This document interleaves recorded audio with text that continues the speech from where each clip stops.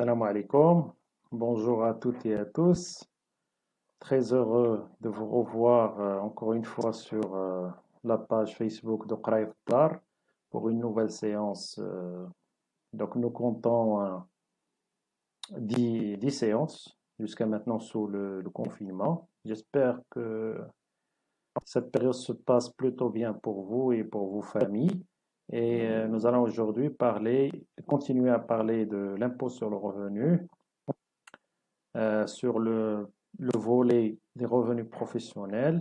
Nous nous étions arrêtés la dernière fois sur une petite application concernant les trois régimes qui sont prévus en matière d'imposition des revenus professionnels, à savoir le régime normal du résultat net réel, le régime optionnel du résultat net simplifié et le troisième régime optionnel, deuxième régime optionnel qui est le bénéfice forfaitaire. Donc au cours de cette séance, nous allons faire une autre application, une deuxième application sur le bénéfice forfaitaire et nous allons enchaîner par la suite par le régime fiscal de l'auto-entrepreneur.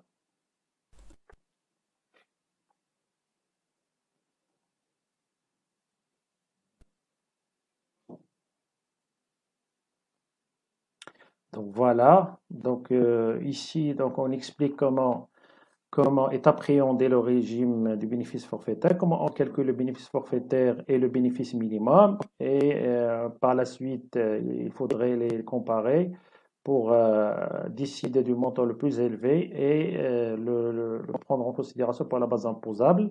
Donc soit une entreprise qui exerce deux activités appartenant à des professions distinctes. Le chiffre d'affaires de ces activités n'excédant pas les seuils de forfait, cette entreprise est soumise à ce régime pour la détermination de son bénéfice imposable. Donc nous avons un tableau où nous trouvons la première activité et la deuxième activité exercée par l'entreprise. Donc c'est un cas pratique où parfois nous sommes confrontés à des entreprises qui exercent plusieurs activités, deux ou plusieurs activités. Et donc, la problématique qui se pose à ce niveau, c'est comment décider du régime appliqué en matière d'imposition des revenus professionnels et comment calculer les critères et les paramètres qui nous permettent d'évaluer aussi bien le bénéfice forfaitaire que le bénéfice minimum. Donc, comme vous le voyez, nous avons une entreprise qui a une première activité, où il réalise un chiffre d'affaires de 600 000 dirhams et une deuxième activité où il réalise un chiffre d'affaires de 120 000 dirhams.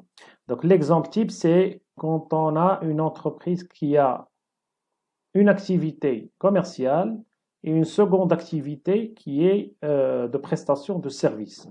Sachant très bien que les seuils diffèrent en fonction de la nature de l'activité. Quand il s'agit d'activité commerciale, le seuil du régime du bénéfice forfaitaire est de 1 million de dirhams, tandis que le seuil pour le régime du BF, bénéfice forfaitaire, pour l'activité de prestation de service est de 250 000 dirhams. Donc on va supposer que la première activité est une activité commerciale et la seconde est une activité de prestation de service. Donc sur quelle base on va dire que cette entreprise est soumise au régime forfaitaire? Est-ce qu'on va se baser sur la première activité ou à l'inverse, on devrait se baser sur l'activité 2? Donc nous avons deux activités avec deux chiffres d'affaires et avec chacune un seuil maximum pour rester dans sur le régime de bénéfice forfaitaire. Donc l'approche consiste à premièrement à définir qui est l'activité principale et qui est l'activité secondaire, et deuxièmement à additionner le chiffre d'affaires des deux activités et à le comparer au seuil du régime bénéfice forfaitaire de l'activité principale. Donc ici, l'activité principale L'activité principale, c'est l'activité 1. Pourquoi?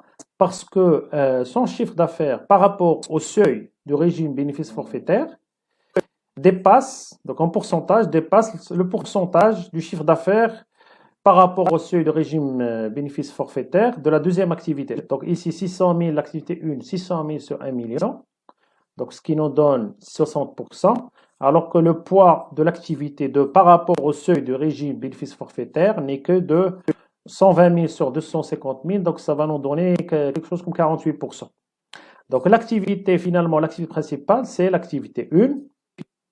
Et donc, on va répondre à la première question qui est de savoir sur quelle base on va appliquer le régime du bénéfice forfaitaire. Donc, puisque la sommation des deux chiffres d'affaires, 600 000 plus 120 000, nous donne 720 000 dirhams, la somme est inférieure au seuil de l'activité principale, donc l'entreprise restera soumise au régime bénéfice forfaitaire.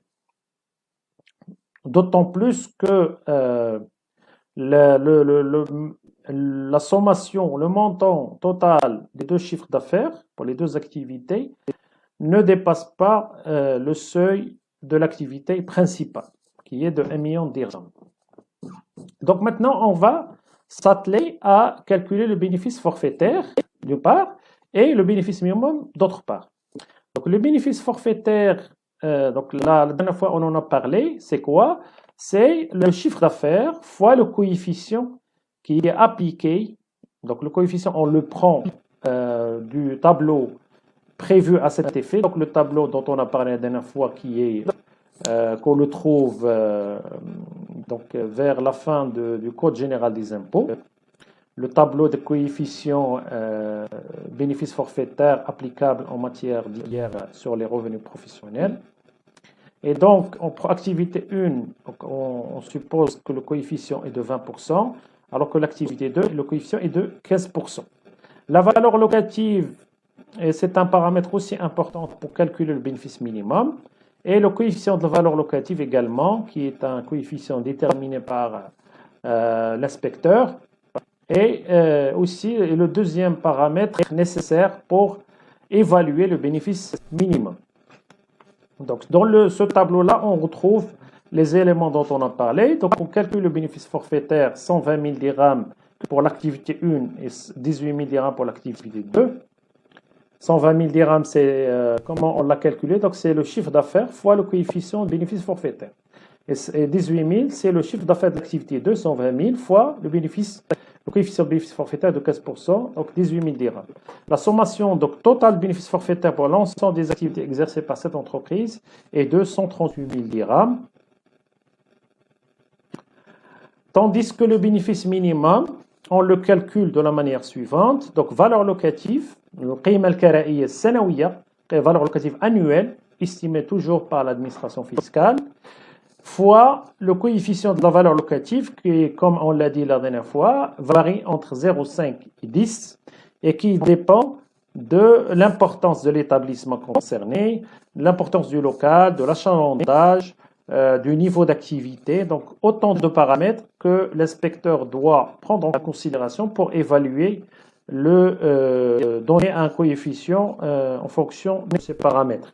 Et donc, on retrouve le bénéfice minimum qui est la multiplication, le produit de la valeur locative et du coefficient de la valeur locative. Donc, total bénéfice forfaitaire, donc 80 000 plus 20 000 nous donnera 100 000 dirhams.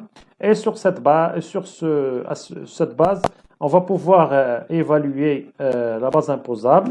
Donc, le montant le plus élevé, on compare toujours le bénéfice forfaitaire avec le bénéfice minimum pour en tirer le montant le plus élevé qui va être pris en considération dans la base imposable. Donc, en l'occurrence, c'est le total du bénéfice forfaitaire qui est pris en considération.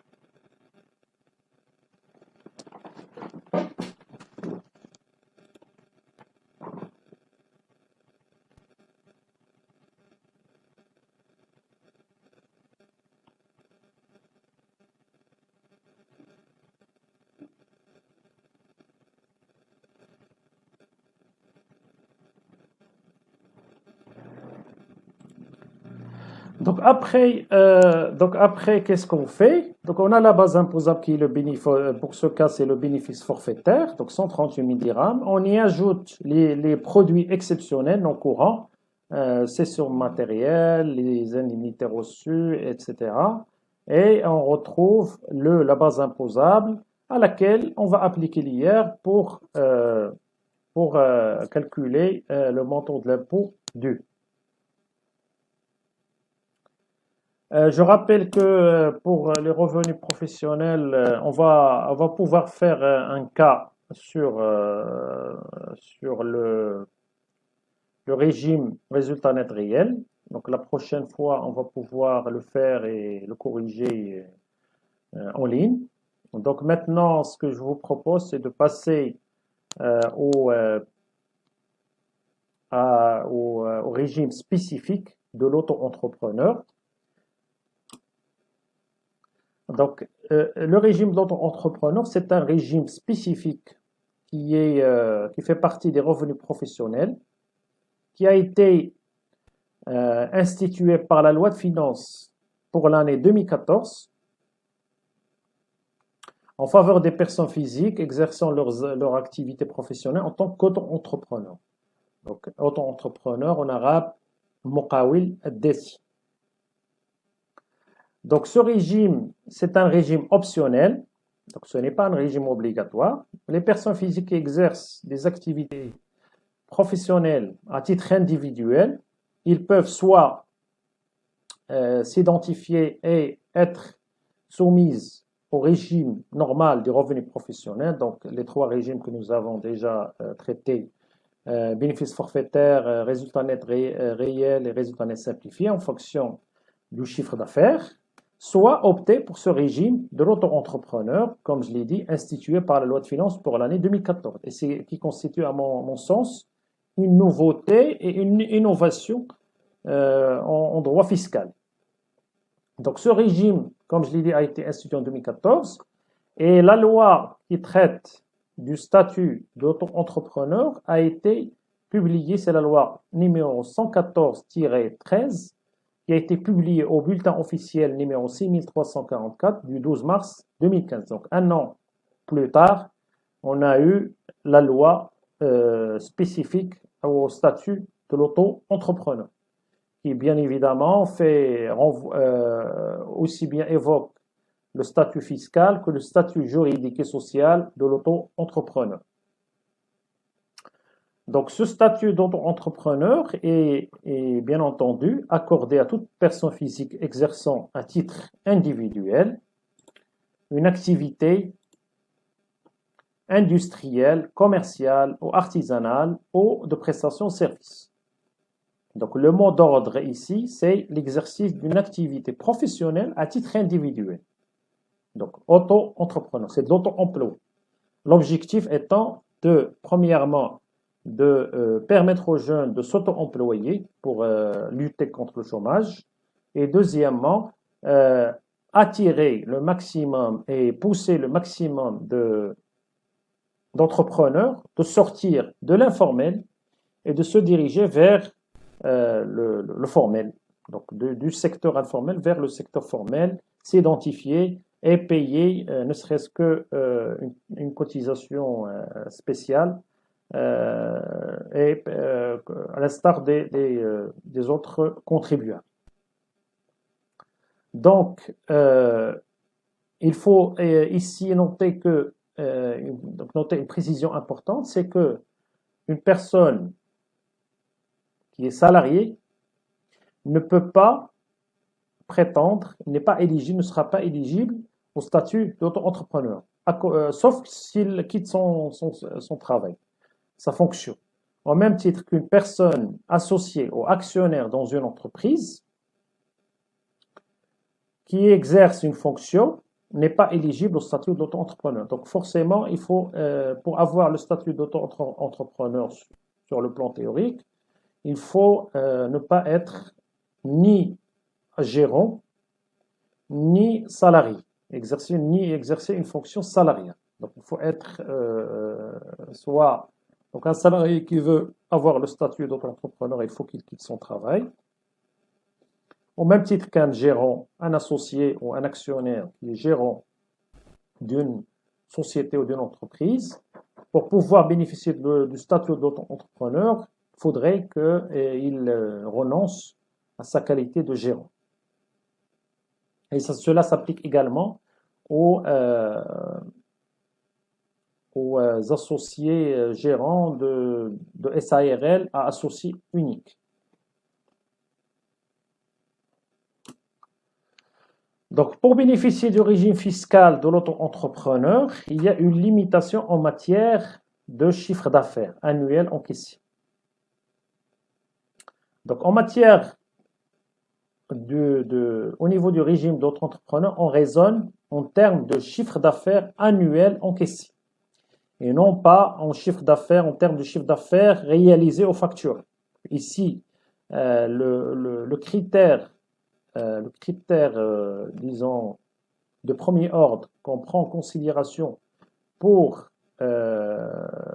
donner le droit à un entrepreneur de bénéficier de ce statut, c'est le critère du chiffre d'affaires annuel encaissé. Contrairement à une entreprise ou à une société où, en matière de chiffre d'affaires, on prend le chiffre d'affaires, les ventes réalisées et facturées, et non pas le chiffre d'affaires annuel encaissé. Donc ici, il y a une délimitation. Donc, maximum qu'un entrepreneur peut être autorisé à réaliser et rester sur ce régime, c'est 500 000 dirhams pour les activités industrielles, commerciales et artisanales et 200 000 dirhams pour les prestataires de services. Donc ça a un sens parce que ce régime s'adresse entre parenthèses, aux petits commerçants, aux petits fabricants, aux petits artisans et aux petits prestataires de services qui réalisent un chiffre d'affaires d'une taille réduite. Donc 500 000 dirhams pour les activités industrielles, commerciales et artisanales et 200 000 dirhams pour les prestataires de services.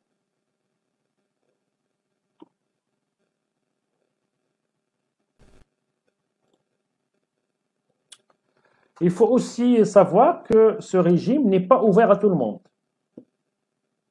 Donc ici, je recense un certain nombre d'activités qui sont exclues par la loi, sont exclues par la loi du bénéfice de ce régime, et notamment certaines professions libérales qui sont réglementées, les architectes, les médecins, les notaires, les avocats, les experts comptables, les commissaires aux comptes, les ingénieurs conseils, les géomètres, les huissiers de justice, les maîtreurs vérificateurs, les pharmaciens qui sont exclus de ce régime. Donc ces professions sont soumises au régime, donc régime normal des revenus professionnels, soit résultat net réel, soit résultat net simplifié. Ils sont d'ailleurs exclus du bénéfice du régime du bénéfice forfaitaire et par conséquent, logiquement, ils ont été exclus également du bénéfice du régime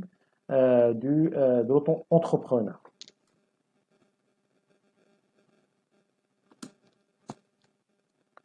Nous avons toujours sur ce registre d'auto-entrepreneur, il faut préciser que donc l'impôt, ils sont soumis à l'impôt sur le revenu, mais qui est calculé de manière forfaitaire et de manière très simple.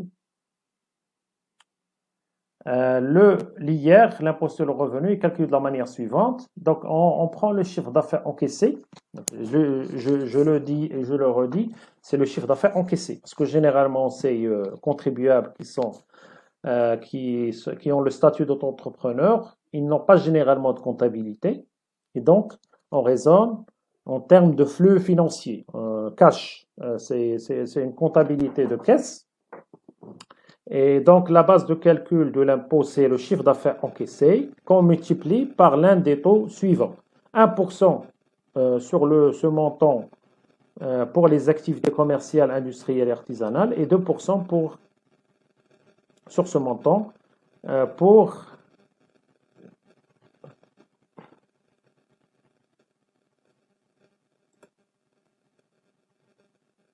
pardonnez-moi.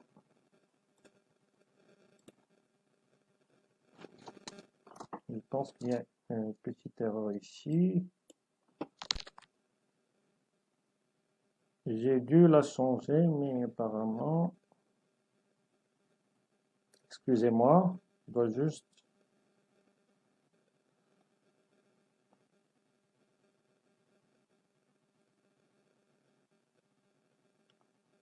un principe. C'est 0,5% parce qu'il y a eu un changement. J'ai dû le changer, mais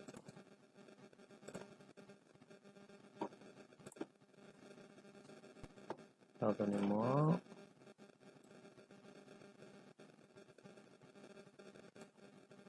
Voilà.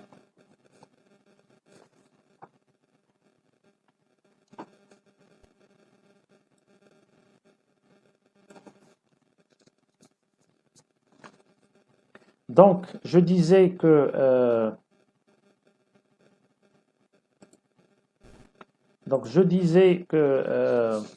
le taux, donc l'impôt sur le revenu pour l'autre entrepreneur est calculé de la manière suivante. Donc, on prend le chiffre d'affaires et on le multiplie par le taux d'impôt qui est dédié à l'activité concernée.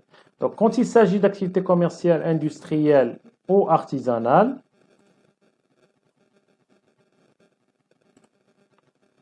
donc c'est 0,5% fois le chiffre d'affaires encaissé. Par contre, quand il s'agit de prestations de services, donc c'est 1%, le taux de l'IR c'est 1%, multiplié par le chiffre d'affaires encaissé. Il faut aussi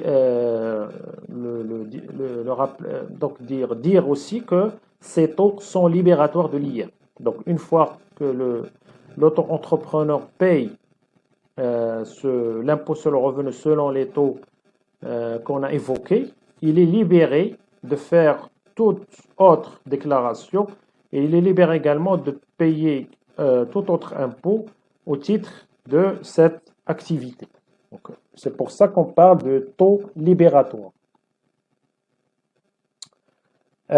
Donc, le chiffre d'affaires donne lieu à l'impôt sur le revenu, mais aussi il y a une deuxième partie aussi qui donne aussi lieu au paiement de l'IR, ce sont les produits non courants, les plus-values nettes que l'autre entrepreneur doit déclarer en fin d'année. Donc, au début de l'année suivante, il doit déclarer les plus-values nettes résultant de la cession de retrait des biens corporels et incorporels. Donc, par exemple, s'il a un matériel, qu'il utilise pour fabriquer ou à travailler avec, matériel de transport par exemple, un matériel informatique, s'il cède ce matériel ou le retire de ses biens et qu'il réalise une plus-value nette, la différence entre le prix de cession et la valeur ou le prix d'acquisition net d'amortissement du matériel donne lieu à une plus-value nette, il doit la déclarer dès la clôture de l'exercice. Il doit le déclarer à l'administration fiscale et il reçoit par conséquent, par la suite, il reçoit un avis d'imposition par voie de rôle. Il reçoit un avis d'imposition et il doit payer l'impôt dû sur ce produit non courant. Autre chose aussi qui est très importante en matière sur ce régime, c'est la taxe sur la valeur ajoutée. Il n'y a pas donc l'auto-entrepreneur n'est pas soumis à la TVA. Elle est hors champ d'application de la TVA pour la simple raison que le chiffre d'affaires maximum donnant lieu à ce statut est de 500 000 dirhams. Et donc, le seuil n'a pas atteint, l'auto-entrepreneur n'atteint jamais le seuil d'assujettissement de la TVA qui est fixé à 500 000 dirhams. Et donc, il n'est pas soumis à la TVA. Donc, ces factures, il donne des factures sans TVA, un prix hors taxe, qui constitue un avantage comparatif très important par rapport aux entreprises et aux sociétés qui vendent avec TVA. Pardon. Par rapport à la taxe professionnelle, donc elle est exonérée au même titre que les entreprises et les sociétés, elle est exonérée pendant les 5 premières années à compter de la date début d'activité, et elle est exonérée pendant 5 ans sur les acquisitions, tout investissement, donc toute acquisition de terrain, de construction, aménagement, matériel, outillage neuf, acquis en cours d'exploitation directement ou par voie de crédit bail.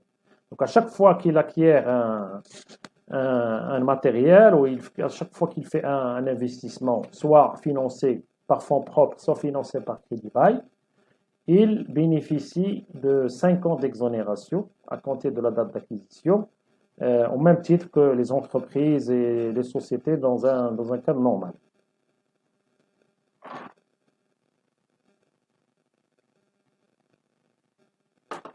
Excusez-moi. Par la suite, donc, je vais expliquer la procédure d'inscription comme entrepreneur.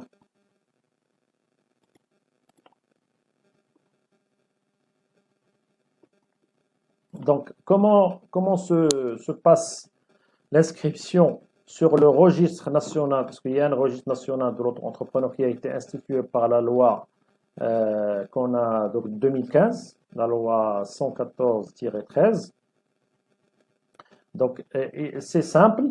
Il faut que donc, la personne qui veut avoir le statut d'auto-entrepreneur, il faut qu'il se connecte sur le site du registre, sur le portail du registre national de l'auto-entrepreneur, RNAE, et qu'il fasse la demande d'inscription.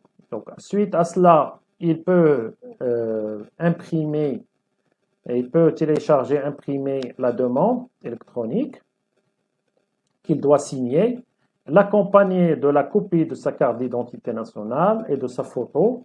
Et ce dossier doit être déposé auprès des guichets de Barid al-Maghreb et de ses guichets aussi partenaires, parce qu'il y a aussi d'autres banques qui peuvent aussi gérer ce volet. Donc le dépôt doit se faire dans un délai de 30 jours à compter de la date de la demande qui a été établie sur le portail. Et par la suite, donc dans les jours suivants, il reçoit si son inscription est validée, il reçoit une carte, donc comme celle-là, Betaqat al-Muqawil Dati, carte auto-entrepreneur, avec Muqawil Dati auto-entrepreneur, la photo, le numéro de la carte d'identité nationale, le nom et le prénom, le numéro d'inscription sur le registre national, la date d'inscription et la date d'expiration de la carte. Donc normalement, la carte elle est valide pendant 3 ans.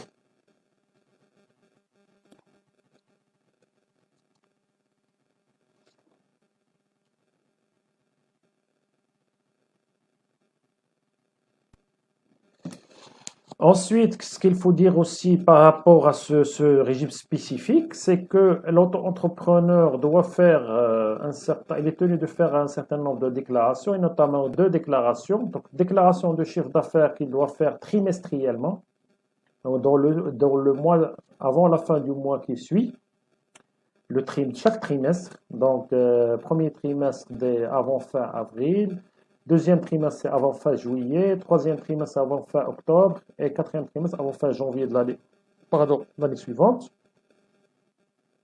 Donc, il fait sa déclaration. Qu'est-ce qu'il déclare?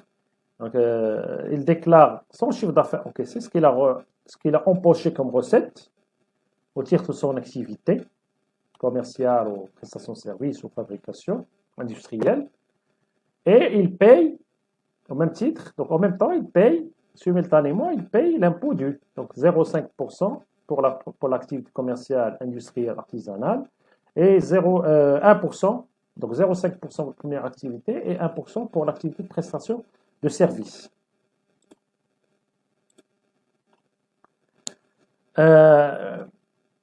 Deuxièmement, il fait, on l'a dit déjà, la fin de chaque année, après la clôture de l'exercice, il doit déclarer les produits exceptionnels, donc les plus-values nettes liées à la cession au retrait du matériel, comme déjà évoqué.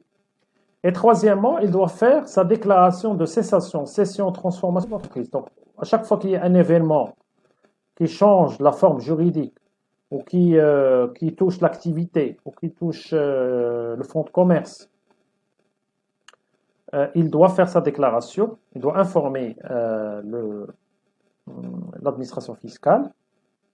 En cas de cessation, donc en cas d'arrêt d'activité, en cas de cession de son affaire, cession de son fonds de commerce ou son entreprise, et au cas où il décide de transformer son affaire donc soit il va passer en entreprise, société de personnes, soit en société SARL ou autre. Donc il doit faire sa déclaration auprès de l'administration fiscale. Il faut aussi dire aussi donc le genre d'événement qu'on peut avoir aussi au cours de la vie d'un entrepreneur. Il peut aussi être radié, c'est-à-dire donc la mise à mort de son statut peut intervenir suite à l'un des événements que je vais détailler maintenant. Soit suite à sa volonté, donc c'est quand il veut mettre fin à ce statut, donc il peut faire sa demande auprès de l'un des guichets relevant de Barid Maghreb. Il peut aussi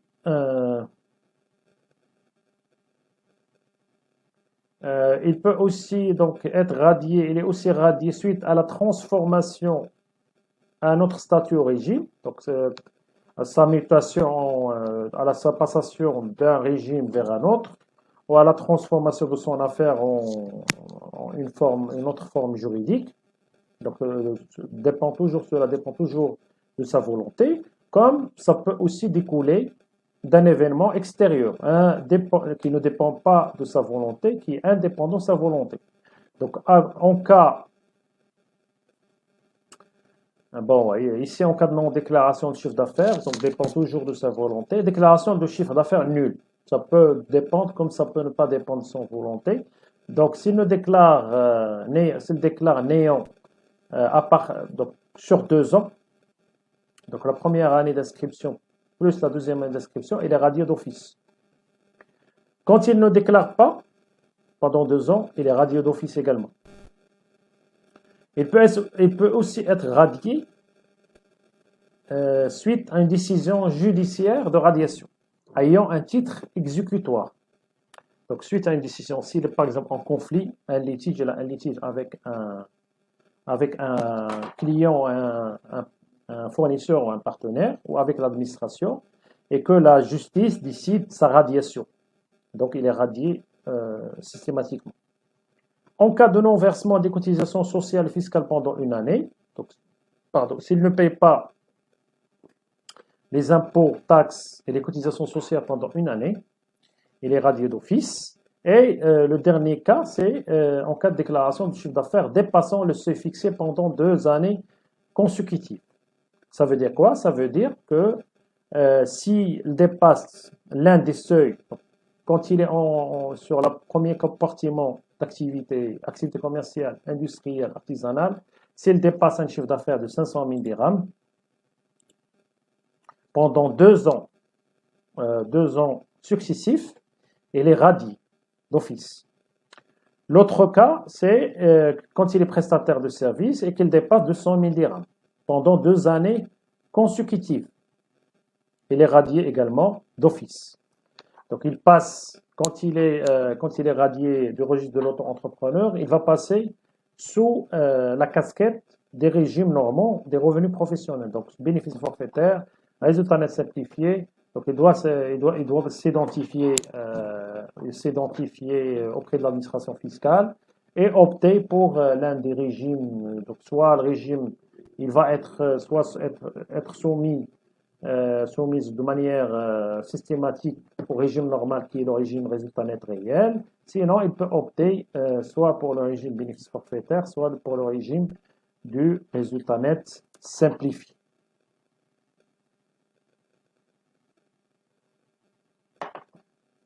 Pardonnez-moi. Donc maintenant, on arrive aux avantages, je pense au dernier point, aux avantages et aux inconvénients de ce régime. Donc, juste pour vous donner une image claire sur ce régime. Donc, ce régime présente certains avantages, il présente, disons, il présente beaucoup d'avantages, il présente certains inconvénients. Donc, parmi ces avantages, c'est un régime qui est reconnu par l'État. Donc, reconnu par l'État, on l'a dit au début. Donc, c'est un régime institué par une loi de finances 2014 et il est régi par une loi spécifique, c'est la loi 114-13. Et donc, l'auto-entrepreneur était reconnu par l'État. Deuxième avantage, c'est que l'auto-entrepreneur peut émettre des factures, contrairement à quelqu'un qui est dans le secteur informel, qui n'est pas déclaré, qui n'est pas identifié, ne s'est pas identifié fiscalement. Donc l'auto-entrepreneur a le mérite de donner la possibilité, de faire des factures, d'établir des factures. Donc on le sait très bien. Il y a des clients qui travaillent avec des petits commerçants, des petits fabricants, des artisans ou des petits prestataires qui réclament souvent d'avoir la facture pour pouvoir la comptabiliser et pour pouvoir la déduire parmi les charges fiscales. Donc l'auto-entrepreneur donne cette possibilité et c'est un avantage non négligeable. Troisième avantage, c'est la fiscalité réduite. Donc fiscalité réduite, il y a 2 points à ce niveau. Donc premièrement, l'impôt est calculé sur ce qu'on encaisse, donc sur les recettes. Et deuxièmement, il y a un taux réduit forfaitaire qui est de 0,5% quand il s'agit d'activités industrielles, commerciales ou artisanales et de 1% concernant les prestations de services, qui reste une cotisation, une participation, entre parenthèses, symbolique. Quatrième avantage, c'est que l'auto-entrepreneur n'est pas obligé de s'inscrire sur le registre de commerce, contrairement aux entreprises ou sociétés. Ils sont tenus de s'immatriculer sur le registre de commerce au niveau de tribunal soit de commerce, soit tribunal de première instance, fonction des villes. Donc il n'est pas tenu de s'inscrire au registre de il doit s'inscrire uniquement sur le registre national de l'auto-entrepreneur. Ensuite, donc, je l'ai dit implicitement, quand l'auto-entrepreneur ne réalise aucun chiffre d'affaires, il ne paye rien. L'IR est nul. Parce que l'IR dépend de ce qu'il encaisse. Contrairement à une société ou une entreprise, même en l'absence d'un chiffre d'affaires, la société ou l'entreprise doivent payer une cotisation minimale. Ensuite, il est possible pour un auto-entrepreneur, contrairement à une entreprise ou à une société, de domicilier son activité dans sa résidence principale. Ce qui est aussi un avantage de taille. Puisque une entreprise, on le sait très bien, une entreprise ou une société doit absolument avoir une adresse, donc soit par domiciliation de manière temporaire, soit louer, donc conclure un contrat de bail pour pouvoir créer la société ou l'entreprise. Après, donc nous avons aussi certains établissements qui prévoient des packages et des offres de financement et des facilités pour l'entrepreneur et notamment l'agence Maroc PME de la petite et moyenne entreprise. Et enfin, l'auto-entrepreneur, comme je l'ai expliqué avant, la procédure d'inscription sur le registre national de l'auto-entrepreneur est très simple. Il a été simplifié de manière considérable pour pousser ces entrepreneurs vers la légalité, vers le secteur formel, contrairement à une société ou à une entreprise qui doit passer par plusieurs étapes avant de voir le bout du tunnel et avoir la création légalisée légalement. Et aussi, l'auto-entrepreneur n'est pas obligé d'apporter un capital, contrairement à une SA par exemple, où le capital minimum est exigé, bien que la SARL aujourd'hui n'est pas tenue de faire, donc les associés d'une SARL ne sont pas tenus aujourd'hui d'apporter un capital minimum. Sur le registre des inconvénients, on note quelques-uns. Donc, premier inconvénient majeur de ce régime, c'est la limite de montant de chiffre d'affaires. Et vous l'avez, je pense que vous l'avez constaté de vos propres yeux. Il y a une limite de chiffre d'affaires, donc 500 000 dirhams pour les activités commerciales, industrielles, artisanales et 200 000 dirhams pour les prestations de services. En cas de dépassement de ce seuil pendant 2 années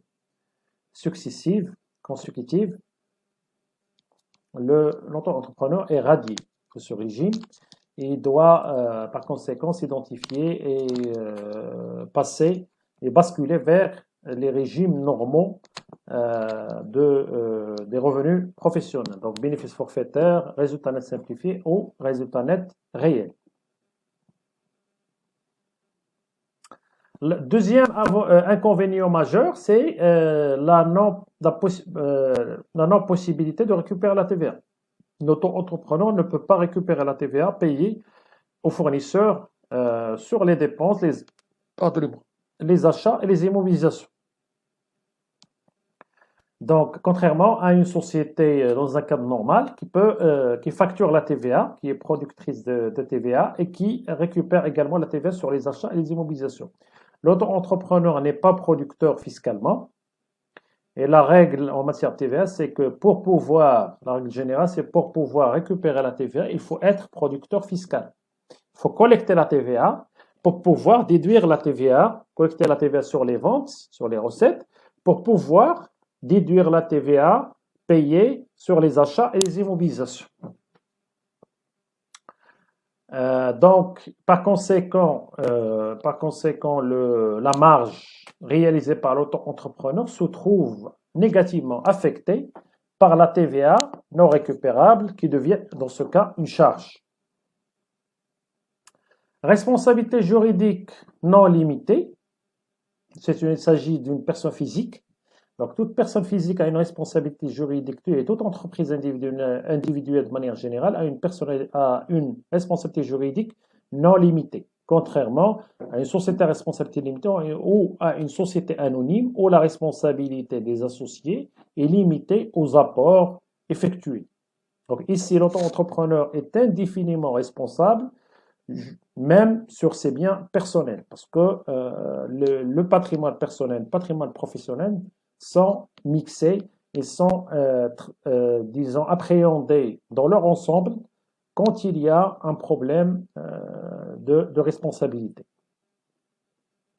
La gestion, donc l'auto-entrepreneur ne peut pas recruter de salariés, il doit tout gérer tout seul, puisqu'on parle d'auto-entrepreneur, donc entrepreneur individuel, doit tout gérer lui tout seul et il ne peut pas recruter de salariés.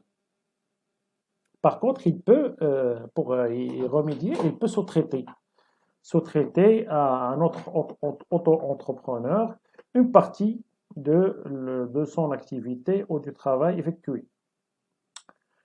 Également, il y a aussi la question qui se pose aussi pour cette catégorie de contribuables, c'est la question de la couverture sociale et la question de la retraite. Donc, la question de la couverture sociale et de la protection sociale. Est-ce que l'auto-entrepreneur est couvert quand il s'agit de maladies ou les aléas, de manière générale, les aléas de la vie? À ce niveau, il faut noter que en 2017, il y a eu l'adoption de la loi 98-15 relative à la couverture maladie des professionnels, des salariés indépendants et des personnes non salariées exerçant une activité libérale, parmi lesquels les auto-entrepreneurs. Mais le hic ici, c'est que les décrets d'application sont toujours en cours de préparation. Donc, sans décret d'application, il n'y aura pas d'application de la loi 98-15. Donc aujourd'hui, valeur d'aujourd'hui, la couverture sociale n'est pas encore opérationnelle pour cette catégorie d'auto-entrepreneurs, au même titre que pour d'autres catégories d'entrepreneurs ou de salariés indépendants. Professionnels, salariés indépendants, personnes non salariées, etc. Deuxièmement, donc, au niveau de la protection sociale et des régimes liés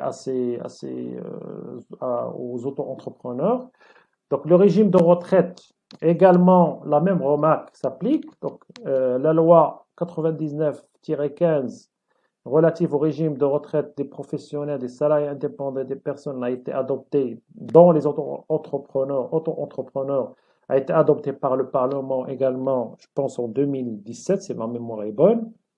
Mais toutefois, les décrets d'application sont toujours en cours de préparation.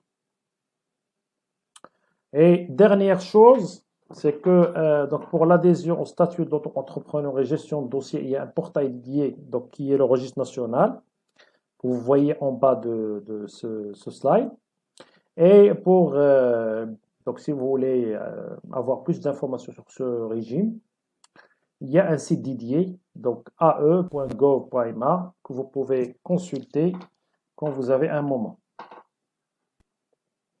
Donc voilà, c'était ce que j'avais à dire concernant le régime de l'auto-entrepreneur. Donc maintenant, il me reste quelques minutes avant de terminer.